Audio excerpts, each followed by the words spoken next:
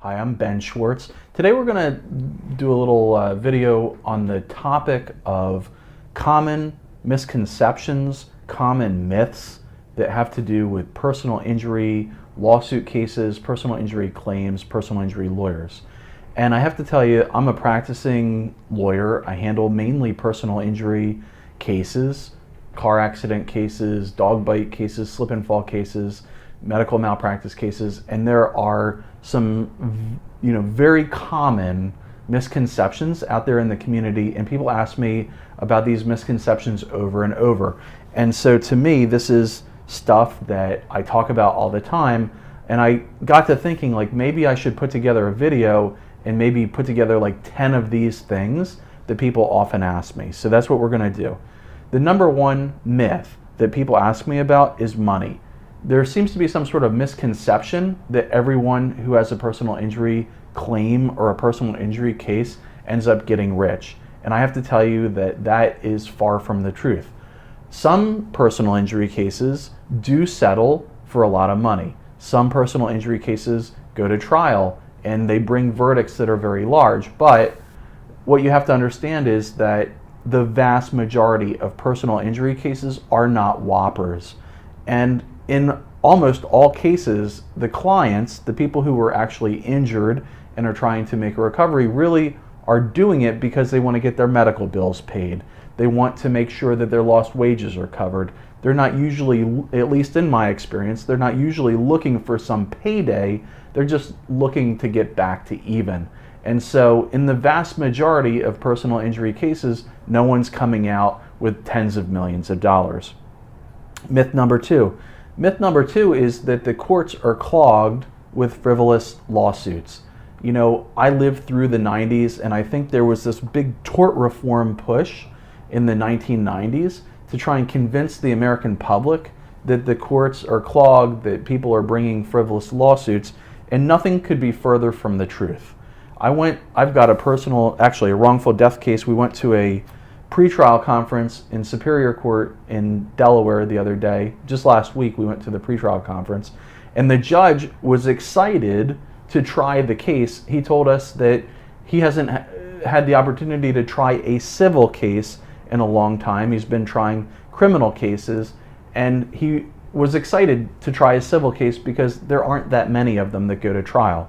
The vast majority of civil personal injury cases, wrongful death cases, do not go to trial. The vast majority of them settle at a court one way or another, either through arbitration, mediation, or settlement prior to filing the lawsuit or prior to trial.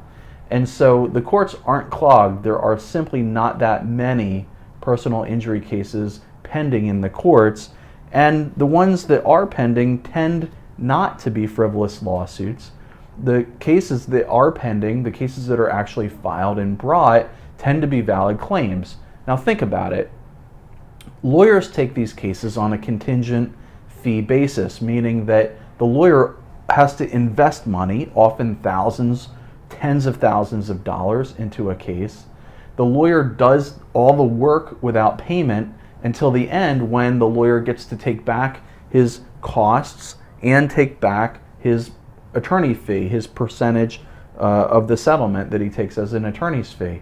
And so if it's not a valid case, the lawyer's not going to get into it from the start. There's no point in taking anything but valid cases. Another myth that's out there is that your insurance company is looking out for your best interests. People oftentimes don't go to a lawyer because they feel that their own insurance company is going to look out for them.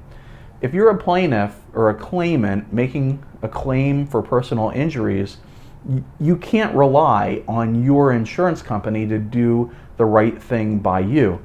When you are paying the premium, they may be treating you as a great customer, but when you make a claim, chances are your insurance company is looking to minimize the impact. They're looking to minimize what they're paying you, and so they're not looking out for your best interests.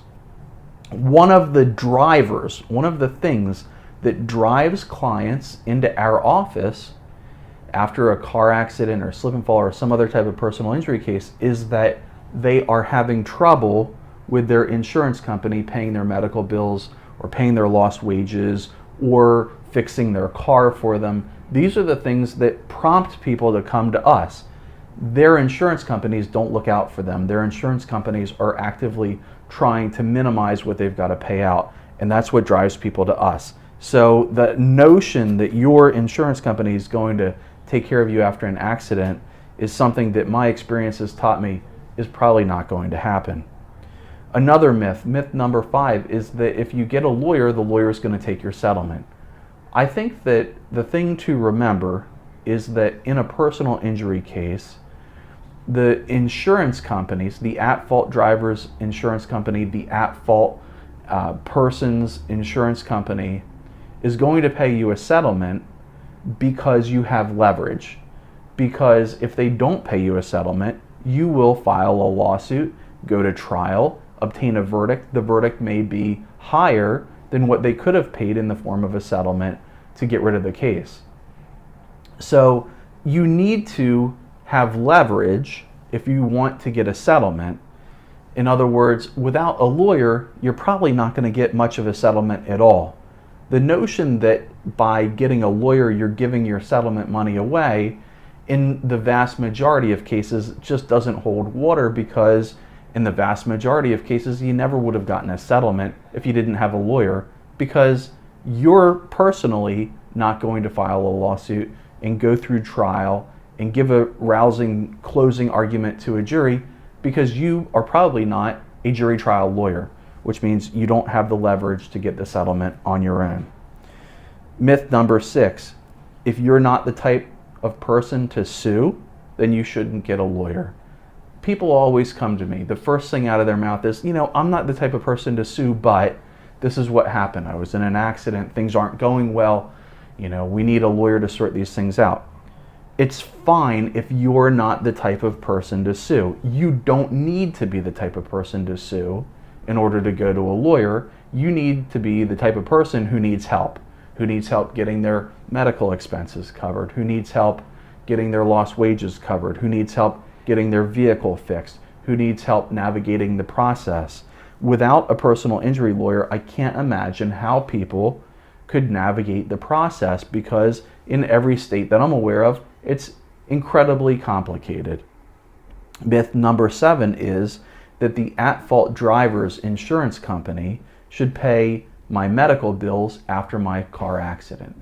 People say this to me all the time. I have insurance. The at-fault driver ran a red light. They were drinking and driving. They smashed into me and they injured me.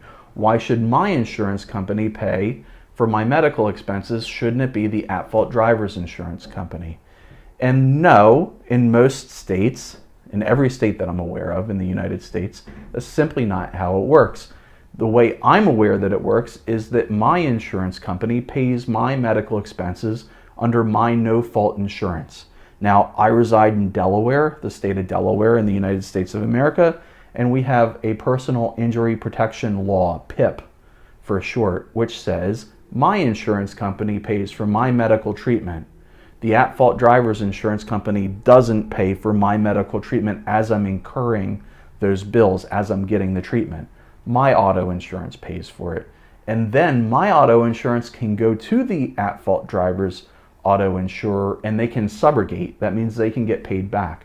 But if I'm in a car accident caused by a drunk driver who smashes into me and injures me, I'm not going to submit my medical expenses to the at-fault driver's insurance company for payment.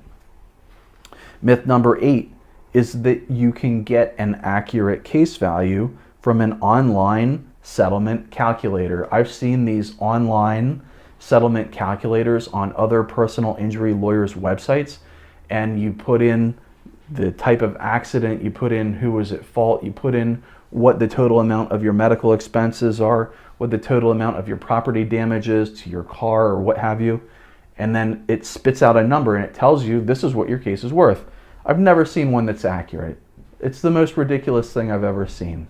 I would never use an online case settlement calculator to try and figure out what my personal injury case is worth, because the variables are subjective. It's not just about the hard numbers, what the medical bills were, what the lost wages were. It has to do with What are the personal injuries? How do you explain the pain and suffering? Is your lawyer going to be a quality attorney who carries through, who does the jury trial for you, and who's going to fight for you all the way? Or are they going to try and settle the case for less than it's worth? Are you going to appear likable? Is the jury going to like you? Is the jury going to dislike you? Is there something in your background, a criminal conviction, that the jury will hear about if you go to trial in your personal injury case and they'll hold it against you? There's so many variables, so many subjective variables, that it would be impossible for an online settlement calculator to take some little tidbits of information and spit out an accurate number.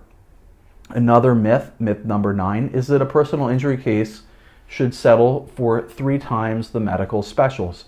I heard this in law school. I've heard it in practice. I've had clients ask me about it. Should my personal injury case settle for 3 times medical specials? No, maybe it should settle for 1 times the medical specials. Maybe it should settle for 10 times the medical specials. It depends on what the injuries are and what the impact of the injuries are on the plaintiff's life and on the plaintiff's ability to function. Number 10, the last one, is I don't need a lawyer if I'm not going to sue. And I have to tell you that people come to me all the time and they say, I don't think I need a lawyer, but I'm here anyways. And my position is, my thoughts on this are, you need to get a lawyer if you've been injured in an accident, because a lawyer does so many things more than file a lawsuit. A lawyer can counsel you on how to get the most money for your damaged vehicle that is declared a total loss. A lawyer can counsel you on making a claim with your insurance company for your medical bills and lost wages, and can make sure that you understand what documentation you have to have in order to facilitate the insurance company payment of medical bills and lost wages. The attorney can help you know which doctors to go to get quality medical care, and which doctors are not going to give you quality medical care, because the lawyer's office receives 10 phone calls a month for malpractice cases against the doctor who you're thinking about going to. There's so much that a lawyer can do in your jurisdiction if they're handling personal injury cases, and if they do a lot of personal injury litigation. There's so much a lawyer can do for you that I have to say that it's a big myth that you should only go to a lawyer if you're going to sue. Well, I'm Ben Schwartz. Thanks for watching this video. These are 10 myths about personal injury cases, personal injury lawyers, and litigation. I hope you enjoyed the video. Hope you found it informative and interesting. If you have questions for me that you'd like me to answer in video format like this, send me an email. My email address is mail, M-A-I-L, @benschwartz.com.